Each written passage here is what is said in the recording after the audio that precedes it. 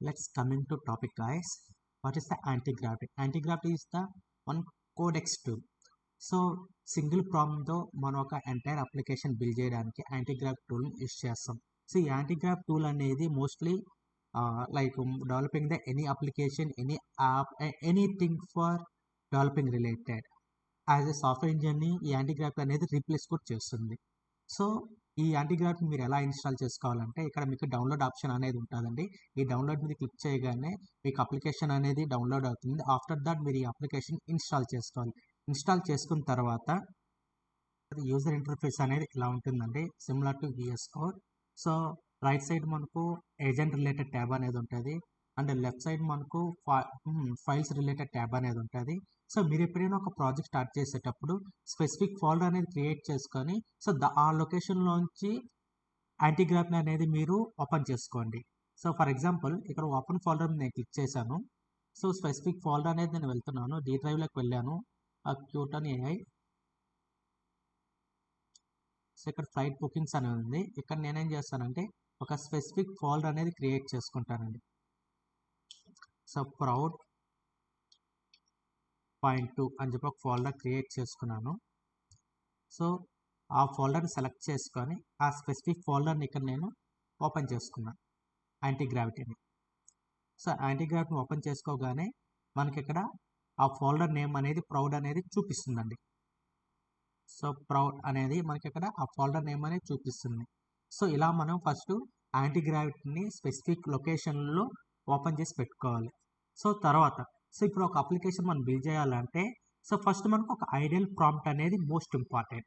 What the ideal prompt అంటే so మీరు ఏమేమి డెవలప్ చేయాలి, ఫర్ ఎగ్జాంపుల్ మీరు ఏం డెవలప్ చేయాలనుకుంటున్నారు, ఆ అప్లికేషన్ ఏమేమి ఫీచర్స్ ఉండాలి, దేనికి కనెక్ట్ అయి ఉండాలి, ఏ డేటాబేస్ మనం యూస్ చేస్తాము, సో ఆ అప్లికేషన్ ఎలా వర్క్ అవ్వాలి, యూఐ ఎలా ఉండాలని చెప్పి ఒక ఐడియల్ ప్రాంప్ట్ అనేది క్రియేట్ చేస్తామని. సో ఇక్కడ నేను ఒక ఫ్లైట్ బుకింగ్ అప్లికేషన్ బిల్డ్ చేస్తున్నాను కాబట్టి దీనికి ఒక ఐడియల్ ప్రాంప్ట్ అనేది నేను క్రియేట్ చేసి పెట్టుకున్నాను. సో అది నేను ఒక డాక్యుమెంట్లో అనేది క్రియేట్ చేసి పెట్టుకొని ఉన్నానండి. సో ఇది ఐడియల్ ప్రాంప్ట్.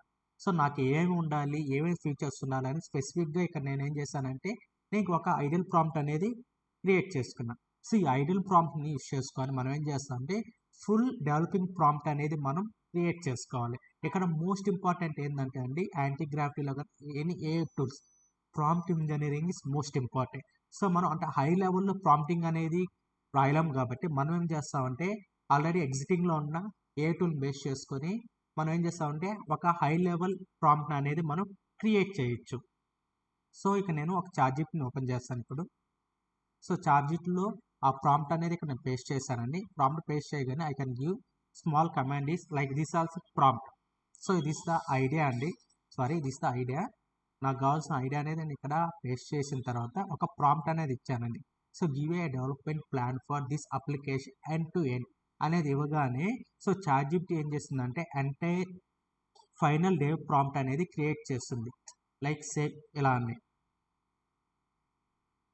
సో అప్లికేషన్ ఏముండాలి, అప్లికేషన్ ఏం ఫీచర్స్ ఉన్నా స్పెసిఫిక్గా ఫైల్స్ నేమ్స్ ఎవ్రీథింగ్ అనేది క్రియేట్ చేసి ఇస్తుంది. ఇక్కడ మీరు చూసారంటే మనం ఇక్కడ ఫైర్ బేస్ డేటాబేస్ని యూస్ చేస్తున్నామండి ఎస్పెషల్లీ, ఎందుకంటే flight booking data, flights data మనం స్టోర్ చేసేదానికి ఫైర్ బేస్ డేటాబేస్ని మనం ఇక్కడ యూస్ చేస్తున్నాం. సో ఇక్కడ ఫైర్ బేస్ డేటాబేస్ రిలేటెడ్ కూడా ఇక్కడ మెన్షన్ చేసింది. ఇక్కడ చూడండి, కావాలంటే ఫైర్ బేస్ ఇంటిగ్రేషన్ రిలేటెడ్ కూడా ఇక్కడ మనకు చాట్జిపిటీ అనేది మనకు డెవలప్మెంట్ ప్లాన్లో యాడ్ చేస్తుంది. ఇక్కడ మీరు చూసారంటే I can also add that one fire base database related నేను ఐడియల్ ప్రాంప్ట్లో కూడా నేను మెన్షన్ చేశాను కాబట్టి దట్ రిలేటెడ్ మనకి ఇక్కడ ఫైనల్ ప్రాంప్ట్లో కూడా డెవలపింగ్ ప్రాంప్ట్లో కూడా మెన్షన్ చేస్తుంది. సో ఇక్కడ మనకు ఫైర్ బేస్ డేటాబేస్ కూడా కావాలి కాబట్టి ఫస్ట్ మనం ఏం చేస్తామంటే ఫైర్ బేస్ని కన్స్ట్రక్ట్ చేసుకుంటాం, లైక్ ఫైర్ బేస్ లాగిన్ అవ్వడం. సో దాని లోపల మనకి ఏమేమి మోడల్స్ కావాలి, సో ఏ కీస్ కావాలి, అథెంటికేషన్ రిలేటెడ్ మొత్తం మనం ఏం చేస్తామంటే ప్రాపర్గా మనం కన్స్ట్రక్ట్ చేసి పెట్టుకుంటాం. ఫస్ట్ మీరు ఏం చేస్తారంటే ఫైర్ బేస్ కావాలి కాబట్టి గూగుల్లోకి వెళ్ళి ఫైర్ బేస్ అని టైప్ చేయండి. ఫైర్ బేస్ అని టైప్ చేయగానే మనకు ఫస్ట్ లింక్ అని వస్తుందండి. ఇక్కడ కన్సోల్ మీద క్లిక్ చేయగానే సో డైరెక్ట్గా మీకు ఫైర్ బేస్ యూజర్ ఇంటర్ఫేస్ అనేది ఇలా ఉంటుందండి. సో ఆల్రెడీ నాకు ఫైర్ బేస్లో అకౌంట్ ఉంది కాబట్టి so already fire base account ఉంది, యాజ్ వెల్ యాజ్ నాకు యాప్స్ కూడా ఉన్నాయండి. 2 యాప్స్ అనేది నేను క్రియేట్ చేశాను. ఒకటి వచ్చి Android related and second one is web related. So మీరు న్యూ పర్సన్ కాబట్టి యాడ్ యాప్ మీద క్లిక్ చేసి ఇక్కడ స్పెసిఫిక్ మీరు ఏ అప్లికేషన్ మీద వర్క్ చేస్తున్నారు, వెబ్ మీద లేదా ఆండ్రాయిడ్ మీద లేదా ఐఓఎస్ మీద అనేది స్పెసిఫిక్గా మీరు సెర్చ్ చేసి, ప్రెజెంట్ మనం వెబ్సైట్ మీద వర్క్ చేస్తాం, లైక్ వెబ్ అప్లికేషన్ కాబట్టి నేను వెబ్ మీద క్లిక్ చేసి ఇక్కడ రిజిస్టర్ అవుతానండి. రిజిస్టర్ అయిన తర్వాత మనకు ఒక ఫైర్ బై ఎస్డికే డీటెయిల్స్ వస్తుంది. ఈ ఎస్డికేలో మనకి ఏమేమి ఉంటాయంటే క్రెడెన్షియల్స్ రిలేటెడ్ లైక్ ఏపీఐకి, అథెంటికేషన్కి సమ్ కీస్ అనేది ఉంటాయండి. సో ఆల్రెడీ నేను ఈ యాప్ అనేది నేను రిజిస్టర్ అయి ఉన్నాను కాబట్టి సో ఆ స్పెసిఫిక్ యాప్లో సెట్టింగ్స్లోకి నేను వెళ్తానండి. సో ఇక్కడ ఈ స్పెసిఫిక్ సెట్టింగ్స్లోకి వెళ్ళగానే ఇక్కడ మీకు ఏపీఐకి and or domain related, app ID related everything అనేది ఇక్కడ మనకు అవైలబుల్ ఉంటాయి. సో దీన్ని మీరు కాపీ చేసుకోండి. కాపీ చేసుకొని మన డాక్యుమెంట్లో మీరు ఏం చేస్తారంటే లాస్ట్లో పేస్ట్ చేసి just right. So this is the Firebase so credentials and connect production level అని చెప్పి ఆ డేటా అనేది ఇక్కడ పేస్ట్ చేయండి.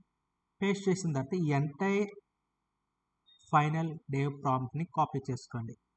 కాపీ చేసుకున్న తర్వాత యాంటీగ్రాఫ్లోకి వెళ్ళండి.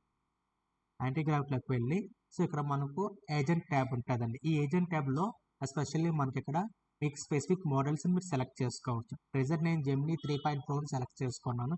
This the default model. ఎందుకంటే యాంటీగ్రావిటీ అనేది ఆ గూగుల్ వాళ్ళది కాబట్టి వాళ్ళ మోడల్ అనేది స్పెసిఫిక్గా ఫస్ట్ ప్రిఫరెన్స్లు అనేది మనకు చూపిస్తాయి. స్పెసిఫిక్గా మీకు ఏమైనా జీపీటీ కావాలన్నా, క్లడ్ కావాలన్నా, క్లడ్ అనేది క్లడ్ కావాలన్నా కూడా మీరు యూస్ చేసుకోండి. ఆంథ్రోపోపిక్ వాళ్ళది ఇది ఒక జెమినీ లైక్ 3 ఆర్గనైజేషన్ మోడల్స్ అనేది ఇక్కడ మనకు అవైలబుల్లో ఉన్నాయి.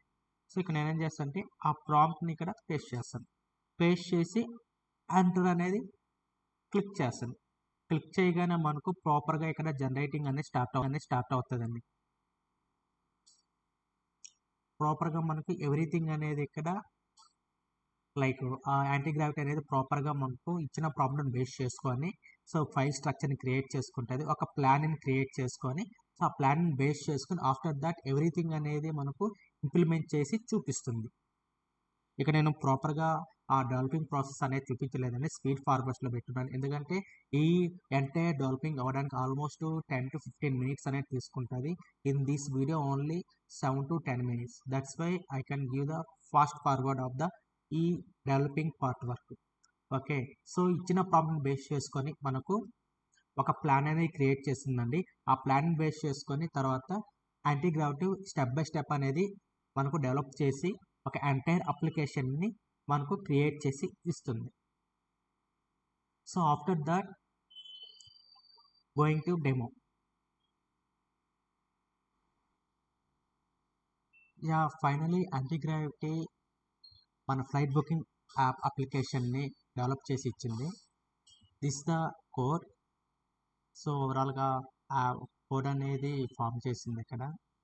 సో ఇక్కడ మీరు చూసండి కాంపోనెంట్స్, పేజెస్ అండ్ అసెట్స్ కూడా ఉన్నాయి. కావాల్సిన లైక్ ఐకాన్స్ రిలేటెడ్ కూడా ఎవ్రీథింగ్ అనేది ఫిల్ చేసి ఒక అప్లికేషన్ అనేది రెడీ చేసింది. సో ఈ అప్లికేషన్ డెమో అనేది ఎలా ఉంటుందో మనం ఒకసారి వెళ్ళి చెక్ చేద్దాం. So this the UI interface మన అప్లికేషన్కి. సో యాంటీగ్రావిటీ అనేది మనకి ఇలా అప్లికేషన్ అనేది డెవలప్ చేసి ఇచ్చింది. సో ఇక్కడ ఏరో బుకింగ్ అని చెప్పి అప్లికేషన్ నేమ్ అనేది ఇచ్చింది. సో యాక్చువల్గా ఇదేంటంటే ఫ్లైట్ బుకింగ్ అప్లికేషన్. సో ఇక్కడ మీరు చూసారంటే అవైలబుల్ ఫ్లైట్స్ డేటా అనేది మొత్తం ఇక్కడ డిస్ప్లే అవుతుంది.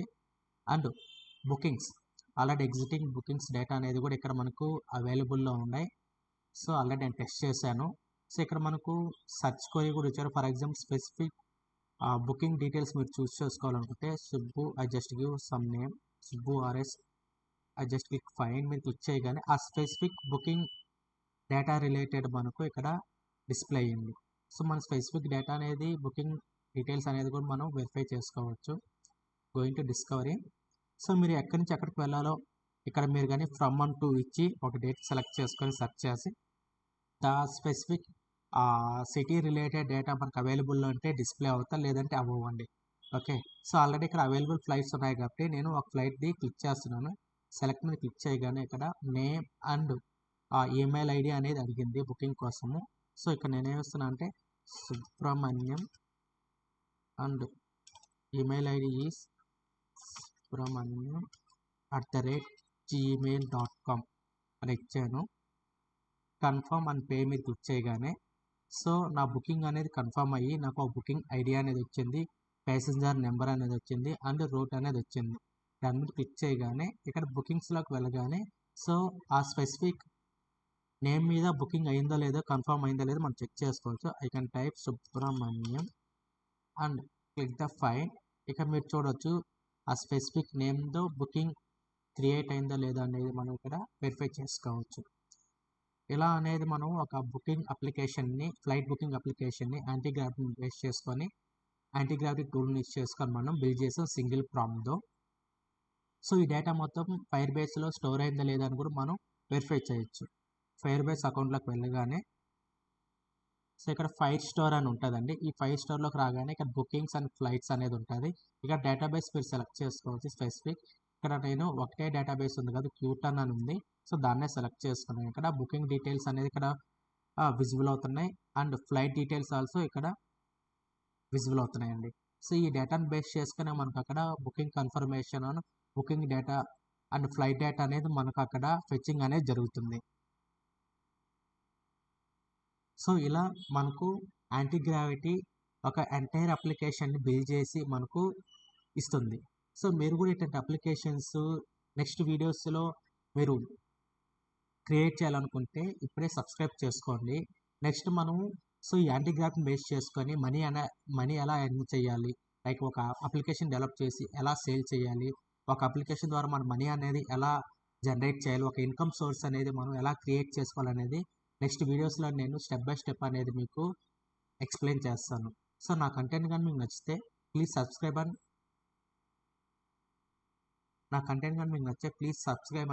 like and give me comment for my explanation.